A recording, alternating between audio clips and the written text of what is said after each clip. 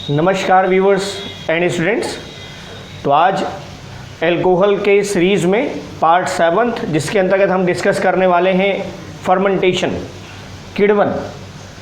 ये industrial method है alcohol prepare करने के, जिसमें बियर, वाइन्स ये सब आ जाते हैं। तो एल्कोहल के मैन्युफैक्चरिंग का industrial method and that is known as fermentation, या इसे हम कह रहे हैं किण्वन।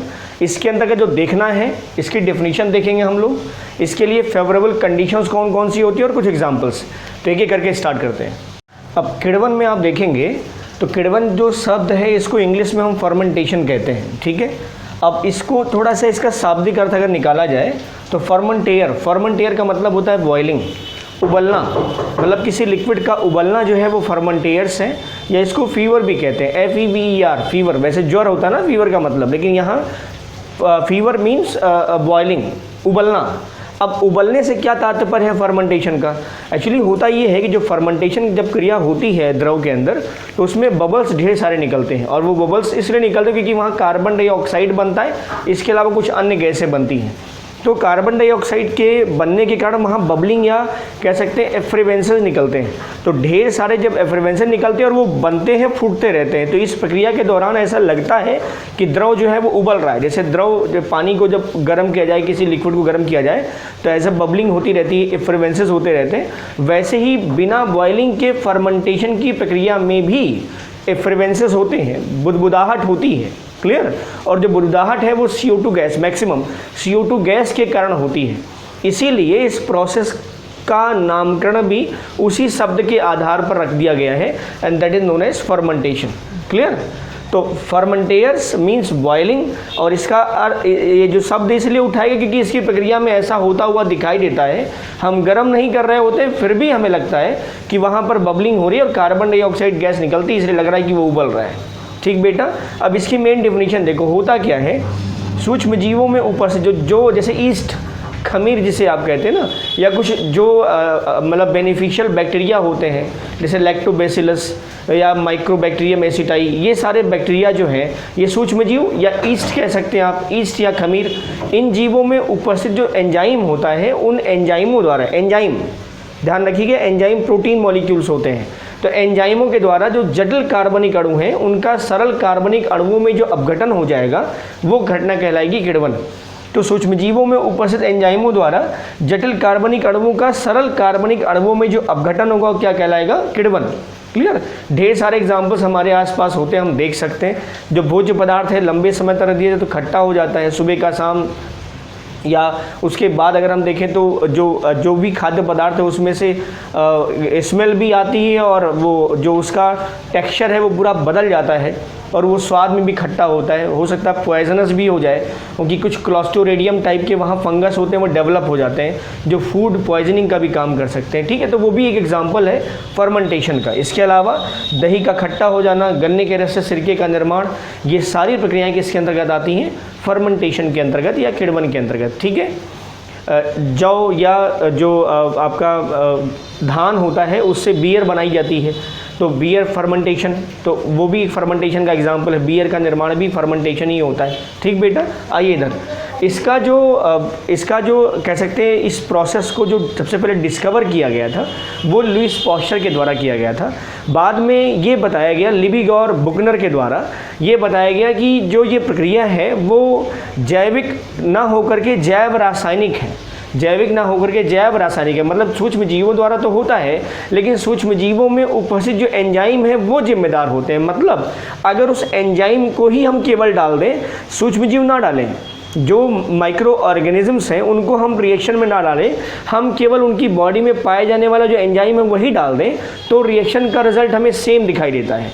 मतलब लिबिग और बुकनर ने ये बताया कि ये जैविक प्रक्रिया तो है, एज इट इज़ मानते हैं, लेकिन ये वास्तव में जैव रासायनिक प्रक्रिया है, या कह सकते हैं रासायनिक अपक्रिया है, जिसमें जीवों के अंदर जो एंजाइम उपस्थित होते हैं वही इस प्रकार के अपघटन के लिए उत्तरदायी होते हैं, जो जटिल कार्बनिक अणुओं को सरल कार्बनिक अणुओं में अपघटित करते हैं। मतलब कहने का इतना था कि अगर जीवों के अलावा हम केवल एंजाइम यूज़ करें, जीव ना डालें, हम ईस्ट या खमीर या जो अदर बैक्टीरियाज हैं उनको हम ना डालें, हम केवल उनकी बॉडी में जो स्पेसिफिक एंजाइम है वही डाल दें, अलग तरीके से सिंथेसाइज कर लें और उसको डाल दें, तो रिएक्शन का रिजल्ट हमें एज इट इज़ दिखाई देता है, जैसा सूक्ष्म जीवों की उपस्थिति में होता हुआ दिखाई देता है। इस आधार पर लिबिग और बकनर ने बताया कि ये वास्तव में एक रासायनिक प्रक्रिया है, इसको एज इट इज़ हम जैव रासायनिक अपक्रिया भी कह सकते हैं। ठीक है, कुछ पॉइंट्स हैं। एक बड़ी बात है कि जो किण्वन होता है वो ऊष्माक्षेपी प्रक्रिया है, मतलब इस प्रक्रिया के दौरान एनर्जी रिलीज होती है। आप देखेंगे कंटेनर भी गर्म हो जाएगा और ढेर सारी जो गैसेस होती हैं वो भी बाहर निकलती हैं। तो गैसों में क्या होता है, कार्बन डाइऑक्साइड मोस्टली यही होता है। इसके अलावा मीथेन या अदर जो कह सकते हैं अनऑक्सीकृत हाइड्रोकार्बन्स होते हैं वो भी इसके अंतर्गत होते हैं। वाटर वेपर भी होता है। ठीक है, तो ये सब कुछ होते हैं अदर गैसेस में। होगा क्या, किण्वन की प्रक्रिया जो है वो एंजाइम की प्रकृति पर, ये जो उत्पाद बनेगा, मतलब क्या बनेगा, ये डिपेंड करता है एंजाइम पर। एंजाइम जैसा होगा उसी के अकॉर्डिंग हमें किण्वन के पश्चात प्राप्त उत्पाद भी प्राप्त हो जाएगा। ठीक है, अब इसके कुछ जो फेवरेबल कंडीशंस हैं, इसकी जो अनुकूलतम परिस्थितियां हैं वो हम देखेंगे। ओके, जैसा कि अभी हमने बताया कि किण्वन एक जैव रासायनिक प्रक्रिया है। लिबिग और बकनर ने इस बात के बारे में कॉन्सेप्ट प्रपोज किया था। और जब ये प्रक्रिया जैव रासायनिक है, एंजाइम के द्वारा होती है ना, एंजाइम के द्वारा प्रोसीड होती, तो एंजाइम का जो नेचर होता है, बाय नेचर एंजाइम जो होते हैं वो प्रोटीन होते हैं। एंजाइम जो होते हैं बेटा वो प्रोटीन होते हैं। एंजाइम जितने भी ये सब क्या हैं, प्रोटीन। तो अब प्रोटीन का जो एक्शन होता है या प्रोटीन की जो रिएक्टिविटी होती है वो स्ट्रक्चर बेस होती है। प्रोटीन की जो क्रियाशीलता है वो संरचना पर आधारित होती है। अगर इस प्रोटीन की संरचना में कुछ भी किसी प्रकार का कोई डिस्टर्बेंस क्रिएट हुआ तो उसकी क्रियाशीलता भी प्रभावित होगी, और हो सकता है कि जो एंजाइम जिस काम के लिए उसका यूज़ किया गया था या जिस कार्य को वो निष्पादित करना चाहता था वो पूरा नहीं हो पाएगा। तो प्रोटीन का structure 1 degree, 2 degree, 3 degree, 4 degree structures होते हैं। इसके स्ट्रक्चर्स का स्पेसिफिक होना और जो इनमें अमीनो एसिड्स, मतलब प्रोटीन की जो इकाई होती है अमीनो एसिड्स होती है, उसका सीक्वेंस परफेक्ट होना, ये ज़रूरी है कि एंजाइम की क्रियाशीलता बनी रहे। अब आप ऐसे समझिए कि वे सभी दशाएं या वे सभी परिस्थितियां जो प्रोटीन के स्ट्रक्चर को डिस्टर्ब कर दें, वे सभी परिस्थितियां जो प्रोटीन के स्ट्रक्चर को डिस्टर्ब कर दें, अगर वो डिस्टर्ब करेंगी तो जिस प्रोटीन से एंजाइम बना है तो एंजाइम भी अपनी क्रियाशीलता नष्ट कर लेगा या कम कर लेगा। तो जो जैव रासायनिक अपक्रिया होनी है वो जैव रासायनिक अपक्रिया भी पूर्णतः निष्पादित नहीं होगी। समझ रहे हैं आप? तो ऐसी सभी परिस्थितियां जो प्रोटीन की संरचना को प्रभावित ना करें या प्रोटीन की संरचना के लिए विशिष्ट परिस्थितियां बनाएं जिससे प्रोटीन ज़्यादा से ज़्यादा क्रियाशील हो सके, वही सारी परिस्थितियां एंजाइम के लिए भी होंगी और वही सारी परिस्थितियां हम किण्वन के लिए अनुकूलतम परिस्थितियों के अंतर्गत भी मेंशन करेंगे। ठीक है, तो प्रोटीन से बना है एंजाइम सीधे सीधे प्रोटीन के स्ट्रक्चर्स पे डिपेंड करेगा। तो वो सभी परिस्थितियाँ जो एंजाइम या प्रोटीन की क्रियाशीलता को नष्ट करेंगी वो किण्वन की अपक्रिया की दर को भी नष्ट करेंगी, और जो उसकी क्रियाशीलता को बढ़ाएंगी तो जैव रासायनिक अपक्रिया अर्थात किण्वन की अपक्रिया भी उसी दर से बढ़ेगी। ठीक है, तो उस क्रम में आप कुछ पॉइंट्स देखें तो इनके लिए हम क्या कह रहे हैं, अनुकूलतम ताप, ऑप्टिमम टेम्परेचर, मतलब वह ताप जिस पर एंजाइम की क्रियाशीलता बहुत ज़्यादा होती है, और एंजाइम क्रियाशीलता अगर बहुत ज़्यादा है तो उस समय किण्वन की अपक्रिया की दर भी क्या होगी, बहुत ज़्यादा होगी। अनुकूलतम ताप अगर आप देखें किण्वन के लिए तो वो होता है 25 से 37 डिग्री सेल्सियस टेम्परेचर, 37 अब 25 to 37 अगर आप देखें तो अप्रॉक्सीमेटली रूम टेम्परेचर होता है 25-37 होता है। Body temperature, human body temperature भी इतना ही होता है लगभग। समझ रहे हैं आप? तो ये जो अनुकूलतम ताप है किण्वन के लिए वो 25 से 37। एक चीज़, अगर मान लीजिए अगर आपने ताप बढ़ाया, अगर टेम्परेचर इंक्रीज़ किया गया तो टेम्परेचर इंक्रीज़ करने पर होता क्या है, प्रोटीन का स्कंदन हो जाता है। प्रोटीन का स्कंदन हो जाता है तो एंजाइम का भी क्या हो जाएगा, स्कंदन हो जाएगा और उसकी क्रियाशीलता पूरी तरह से नष्ट हो जाएगी। ध्यान रखिएगा, अगर टेम्परेचर बढ़ा तो स्कंदन हो जाएगा, किसका, एंजाइम का। अगर एंजाइम का स्कंदन हो गया तो उसकी क्रियाशीलता नष्ट, क्रियाशीलता कम नहीं होगी बेटा, नष्ट हो जाएगी। मतलब वो एंजाइम ही अब काम करने लायक नहीं है, वो ख़त्म हो गया अगर टेम्परेचर बढ़ाया गया तो। अब दूसरा हिस्सा, अगर टेम्परेचर कम किया गया, अगर टेम्परेचर कम किया गया तो होता क्या है टेम्परेचर के कम करने पर जो एंजाइम की रिएक्टिविटी रेट है वो घट जाती है। तो यहाँ नष्ट नहीं होती लेकिन क्रियाशीलता बहुत कम हो जाती है, ये आप कह सकते हैं। यहाँ सक्रियता या प्रोटीन का स्ट्रक्चर नष्ट नहीं होगा, क्रियाशीलता बहुत कम हो जाती है, बहुत कम हो जाती है, ये कह सकते हैं आप। ठीक बेटा, अगला हिस्सा देखो, अनुकूलतम पीएच मान, ऑप्टिमम पीएच वैल्यू क्या होगी जिसपे किण्वन की प्रक्रिया तेजी से हो सके और ज़्यादा दर से हो सके। तो 6 से 8 पीएच, क्लियर, ये अनुकूलतम पीएच मान होता है जिसके कारण हाँ कुछ रिएक्शंस में इसका पीएच मान 5 से 7 भी होता है, लेकिन हम एक फर्मेंटेशन की प्रोसेस बता रहे हैं तो उसमें हमने लिखा है 6 to 8। तो सामान्य तौर पे जो फर्मेंटेशन के लिए ऑप्टिमम पीएच वैल्यू होती है वो 6 to 8 होती है, मतलब आप कह सकते हैं स्लाइटली एसिडिक स्लाइटली बेसिक, उसी के बीच में होगा 6 से 8, 7 से कम तो एसिडिक और 7 से ज़्यादा तो बेसिक, तो उनके बीच में ये वेरी करता है। वो डिपेंड करता है कौन सा एंजाइम काम कर रहा है और दूसरा जो रिएजेंट है, मतलब जो आपका जटिल कार्बनिक अणु है वो कौन सा है।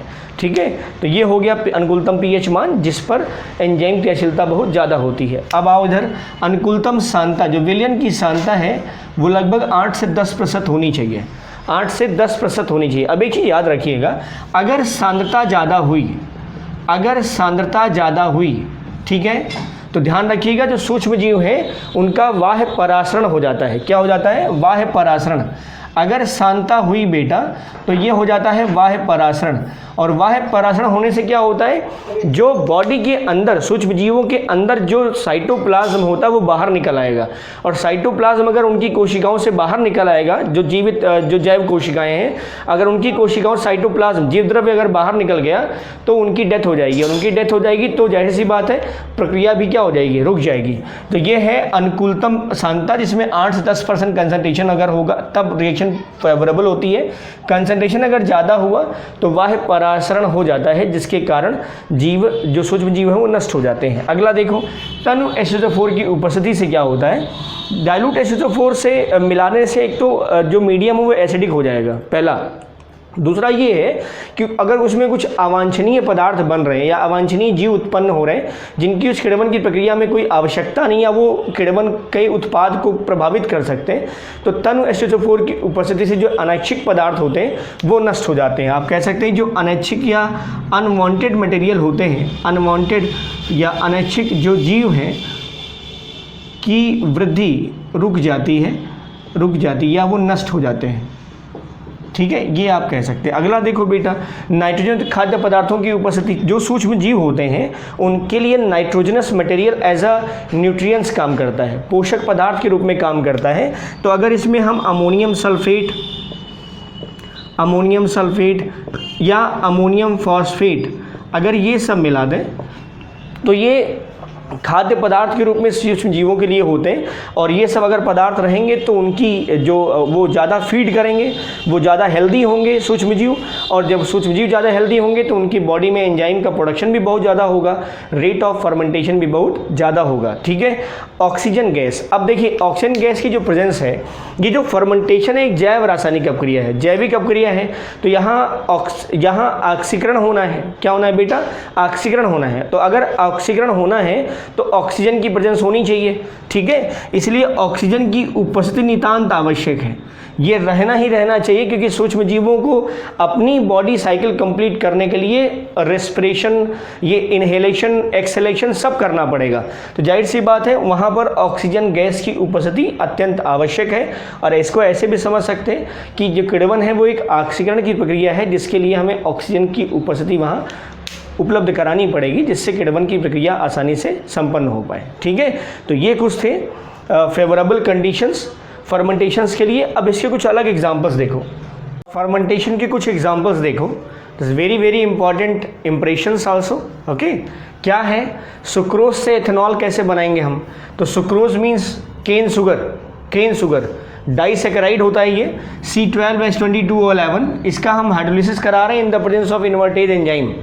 ये टूटेगा 2 मोनोसैकेराइड्स की यूनिट में, एक ग्लूकोज और फ्रक्टोज, एल्डोहेक्सोज कीटोहेक्सोज, ये हो गया। अब इस जो मोनोसैकेराइड है इसका जाइमेज एंजाइम के द्वारा फिर से अपघटन होगा और मिल जाएगा हमें एथेनॉल और carbon dioxide. Clear, this is ethanol और ये कार्बन डाइऑक्साइड जो पर्पस था बनाने का। तो ये जो इन्वर्टेज और जाइमेज एंजाइम ये कहाँ है? ये है ईस्ट में, ये ध्यान रखिए बेटा, ईस्ट सेल में 3 एंजाइम होते हैं।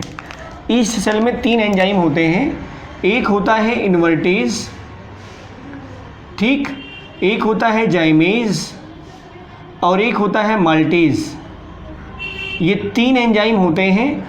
तो और एंजाइम की जो रिएक्शंस होती है बहुत स्पेसिफिक होती है, बहुत विशिष्ट प्रक्रिया होती है, ठीक है। इन्वर्टेज, जाइमेज और माल्टेज ये ईस्ट में होते हैं। तो जहाँ इन्वर्टेज और जाइमेज हम ले रहे हैं वहाँ समझ के रखिए कि वहाँ ईस्ट सेल का इस्तेमाल किया गया होगा, खमीर का इस्तेमाल किया गया होगा, ठीक है। अगला प्रोसेस है, सुक्रोज से लैक्टिक एसिड बना रहे हैं। एक एस्परजिलस नाइगर होता है और ये सुक्रोज सोल्यूशन हमने ले लिया, वही सुक्रोज सोल्यूशन C12H22O11 का सोल्यूशन है।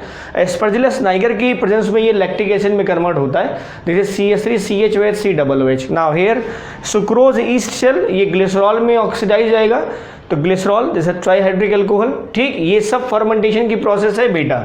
स्टार्च एथेनॉल, जो इस चैप्टर के अंतर्गत जो अल्कोहल के बारे में हम बात कर रहे थे आपसे, उसमें 2 महत्वपूर्ण हिस्सा है। एक तो ये हो गया सुक्रोज से एथेनॉल हो गया, और एक स्टार्च मीन्स मंड, जिसे आप कहते हैं, क्या बोलते हैं, मंड है ना, ये मंड है स्टार्च।